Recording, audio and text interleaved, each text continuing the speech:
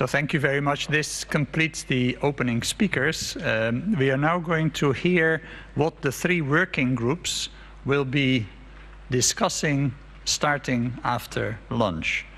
And the first I'd like to invite is Patrick Hunchens, who is leading Working Group 1. The conference was organized with a team, and Patrick is not only co-chair, but he is also leading Theme 1 on the legal and institutional issues. Patrick.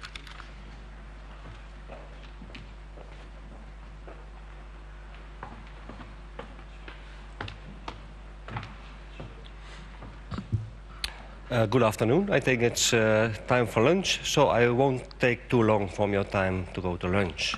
I just want to give you a brief overview of Working Group 1, which is focusing on the legal, the institutional and the political perspective of water diplomacy. The key questions for Working Group 1 are what legal and institutional and diplomatic tools and methods are available for water conflict prevention and conflict resolution, as well as the peaceful management of shared water resources.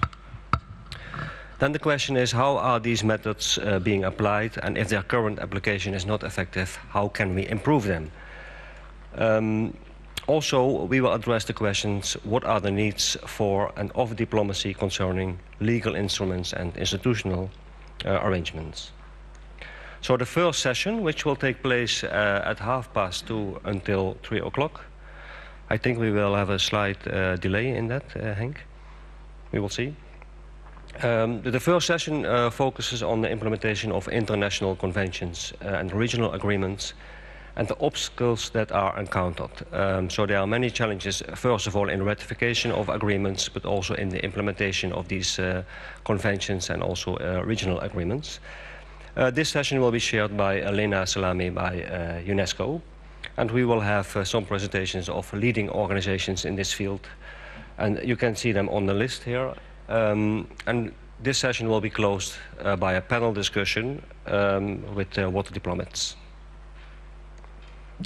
Then the second session will focus on the Middle East multilateral negotiations on water resources. And obviously, this links to the actual developments going on at this moment, which are the peace negotiations for the Middle East. And we will focus in this session on the role of water diplomacy in the Middle East peace process. The session will be shared by David Gray from Oxford University. You have heard him as a keynote speaker this morning. This session consists of two parts. The first part will have a live video connection with the Good Water Neighbors Conference in Tel Aviv, which is hosted by Friends of the Earth Middle East. In Tel Aviv, we have panelists from Israel, from Jordan, and from the Palestine territories. In The Hague, we have panelists, and both will have a discussion on the role and importance of water diplomacy in the peace process. The second part will have two more presentations. The first one is on the Middle East Blue Peace Initiative, and the second one on the Transboundary Master Plan for the Lower Jordan River Basin. And again, this part will also be closed by a panel discussion with the diplomats. Then tomorrow, from 9 o'clock until 10:30, we will have a session on the Mekong region. And this will focus on security and diplomacy issues in regional and transboundary water resources in the Mekong region. We will have a keynote by Hans Gutmann, who is the CEO of the Mekong River Commission Secretariat. It will be chaired by Marco Cascine from Aalto University, and we have delegations from the Mekong region, amongst others from Myanmar, from Thailand, and from China. And again, this will also be closed by a panel discussion with the practitioners from the Mekong region. Then session 4, which has as its objective to provide a wrap-up and also to provide practical recommendations to pave the way forward. But in this session, we also will listen to the perspectives from international organizations. So we will have, first of all, a diplomatic perspective provided by the Finnish Ministry of Foreign Affairs, and then perspectives from the World Bank, OECD, and by the Stockholm International Water Institute. And again, this session will also be finalized by a panel discussion with water diplomats. Thank you for your attention.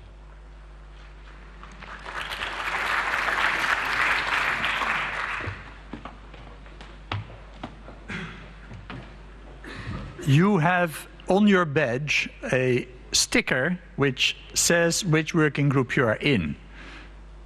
And the working groups the instructions will come later. The second to introduce working group 2 is Professor Pieter van der Zaag from UNESCO IHE.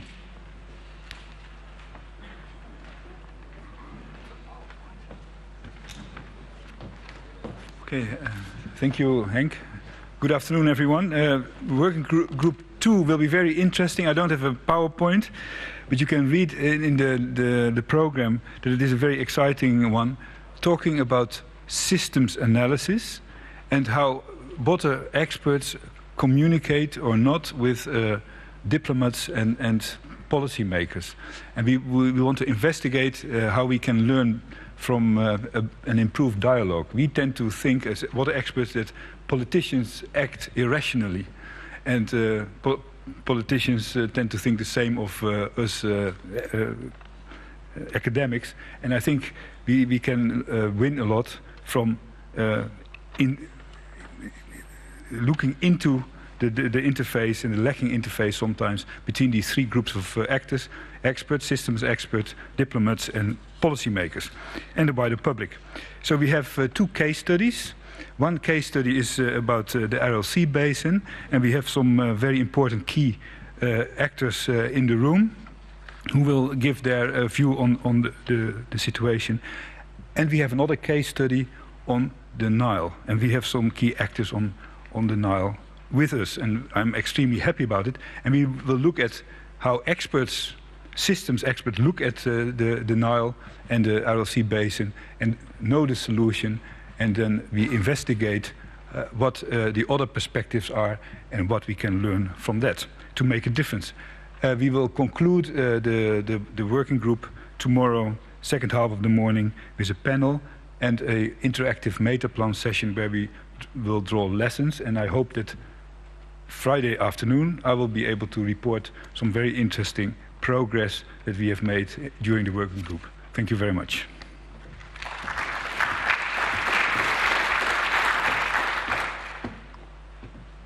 And the third group is going to be presented by Dr. Herman Havikus from the Water Governance Center. It's about the multi-level linkages. Herman.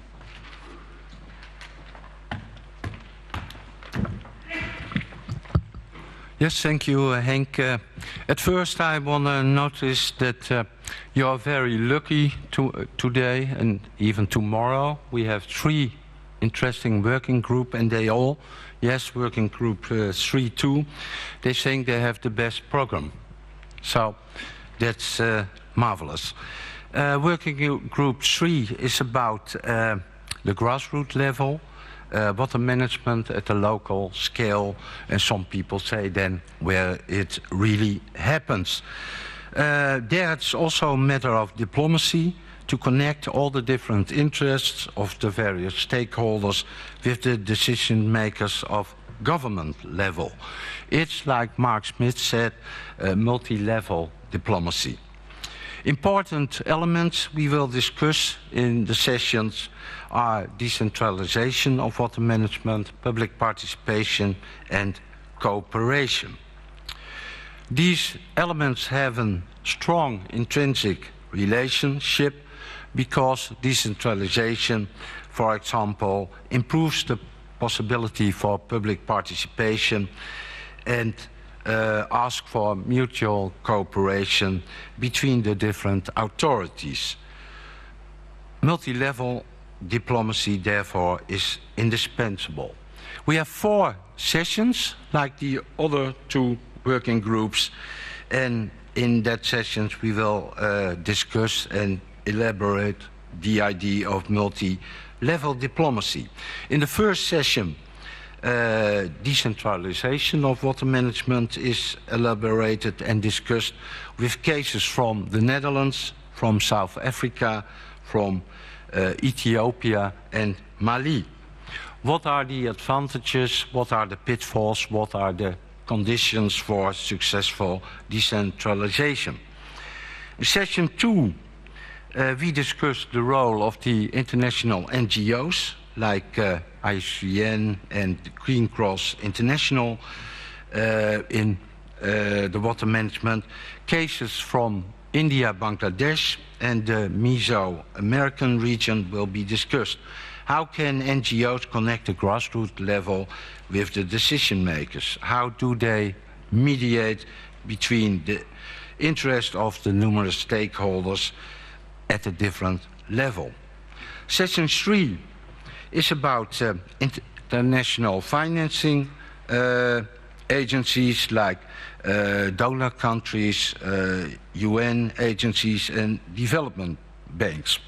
How do they finance local activities at the grassroots level? How do they contribute to effective linkages? Speakers on behalf of the World Bank and the Dutch Water Board Bank Fund, it's quite a lot, will present their insights. The last session on Friday morning offers some specific cases from Myanmar, South Africa and the Netherlands. Amongst other things, the Dutch program Room for the River, which is a little bit famous by its new approach of public participation. Also, the role of water diplomacy in nature conservation is discussed. How can conflicting interests be solved? How can trust be created for cooperation? After that, it's time for the wrap-up, and our results will be presented tomorrow afternoon. I hope a lot of you will join us. Thank you.